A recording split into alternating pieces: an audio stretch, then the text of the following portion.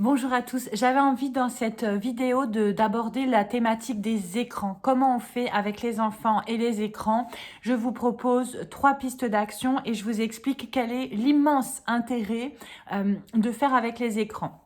Le premier point, que ce soit les écrans pour les dessins animés, les écrans pour les jeux vidéo, je vous encourage chaleureusement à en faire quelque chose d'agréable, d'accord? Si vous mettez vos enfants devant les écrans, si vous laissez vos enfants devant les écrans, le minimum, c'est de leur faire passer un bon moment. C'est-à-dire qu'on ne vient pas mettre de la tension négative sur les écrans parce que c'est déjà un sujet délicat, c'est addictif, hein, les écrans. Il n'y a pas il n'y a pas de meilleure façon de le dire, mais autant assumer les choses et dire à son enfant, bah écoute, voilà, c'est ton temps de dessin animé, profites-en, il n'y a pas que des mauvaises choses dans les écrans. Donc premier conseil, mettez-vous ça en tête, si vous acceptez les écrans dans votre vie, faites-le à minima chaleureusement. Deuxièmement, je ne le répéterai jamais assez, les écrans sont addictifs. N'attendez pas de vos enfants qu'ils gèrent ça par eux-mêmes.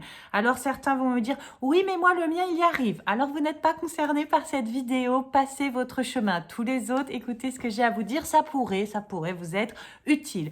Donc c'est très difficile de résister à quelque chose d'addictif. C'est votre boulot de parent, non pas de dire aux enfants tu dois arrêter les écrans, enfin c'est un minimum, mais de les aider, d'accord? C'est ce principe de toboggan.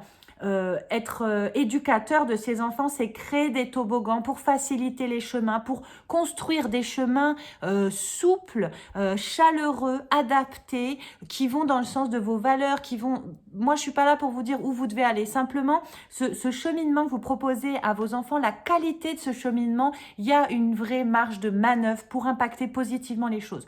Donc, dire les choses à ses enfants, c'est bien, mais si ça suffisait, on serait au courant. D'ailleurs, vous les adultes aussi, il suffit pas de vous dire les choses pour que ça marche. Preuve en est qu'on doit faire un petit peu plus que ça. Donc, deuxièmement, acceptez une bonne fois pour toutes que c'est à votre charge de gérer les écrans. Ça veut pas dire de réussir tout, ça veut pas dire que tout soit parfait, pas du tout. Simplement, c'est à votre charge, donc c'est vous qui allez raisonner, réfléchir et chercher et trouver des solutions avec vos enfants. D'ailleurs, je fais une parenthèse, si vous habitez à moins de 30 km de chez moi, le 7 mars prochain, il y a les 7 ateliers parentalité qui démarrent. Inscrivez-vous, cliquez sur le lien, mais rejoignez-moi, passez-moi un coup de fil, laissez-moi votre numéro, je vous appelle parce que ça permet de travailler notamment la question des écrans et encore bien plus que ça. Donc, prenez à votre charge les écrans, acceptez que vous allez devoir ajuster les choses avec votre enfant. Et le troisième élément qui est extrêmement important concernant les écrans, c'est que quand on fait ça et qu'il y a moins d'une heure entre le moment où votre enfant se couche et le temps d'écran, vous partez dans des cercles vicieux qui risquent de s'accumuler de problèmes de sommeil, de problèmes de réveil, de problèmes de mauvaise humeur et de frustration difficiles à gérer. Donc, gardez les écrans, gardez tous les problèmes que vous avez avec les écrans, mais limitez-les, arrêtez ces problèmes-là au moins 1 heure avant le sommeil. Ça va déjà vous changer la vie. Concrètement, comment est-ce que vous prenez, hein, le point numéro 2, comment est-ce que vous prenez la question des écrans à votre charge? Je vous partage un exemple. J'ai acheté une console de jeux vidéo à Noël à mon fils qui a 8 ans. J'adore les jeux vidéo, je trouve ça génial. Franchement, déjà, sachez-le, je trouve ça super. Il y a joué pendant les vacances, je l'ai laissé jouer, je l'ai laissé trop jouer, on a expérimenté ensemble. Et depuis le début, je lui ai dit, tu sais, les écrans, c'est pas toujours facile à gérer. On va devoir trouver une organisation. Mais j'ai pas imposé d'organisation tout de suite. Je l'ai laissé faire son expérience. Moi, j'ai observé comment est-ce qu'il réagissait.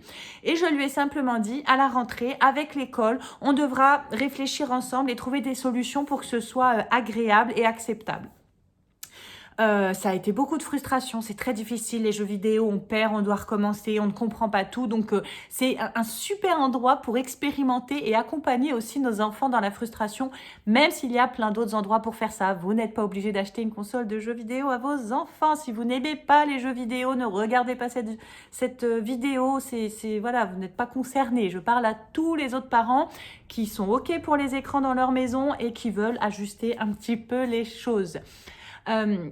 Et du coup, qu'est-ce que j'ai fait? On a pris un papier, un crayon et on a décidé d'une organisation et d'un temps d'écran à la maison. On a distingué les soirs de semaine et le mercredi et le week-end. On s'est mis d'accord sur un temps qui me paraît correct. Et ce que j'ai rajouté, attention là, c'est gros niveau de subtilité, c'est que le temps d'écran, donc il est suffisamment tôt pour qu'il y ait au moins 1 heure avant le coucher.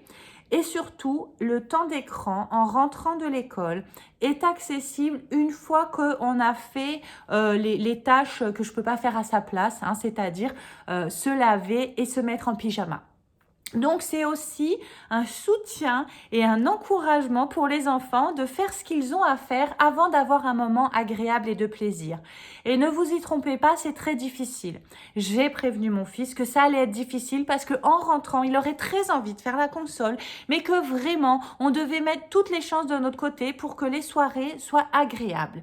Et ça, c'est mon boulot, en rentrant de l'école, de le soutenir et de l'encourager pour d'abord aller se laver avant d'avoir son moment agréable et pour lui faire sentir à quel point l'ambiance à la maison est agréable et chaleureuse quand chacun fait ce qu'il doit faire.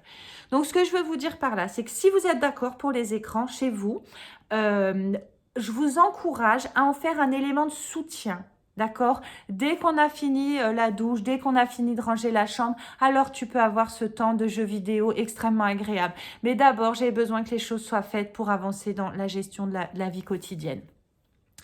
Voilà, les écrans, c'est un sujet extrêmement vaste, mais je vous ai dit ce qui est pour moi le plus important. Premièrement, si vous laissez vos enfants devant les écrans, assumez-le joyeusement.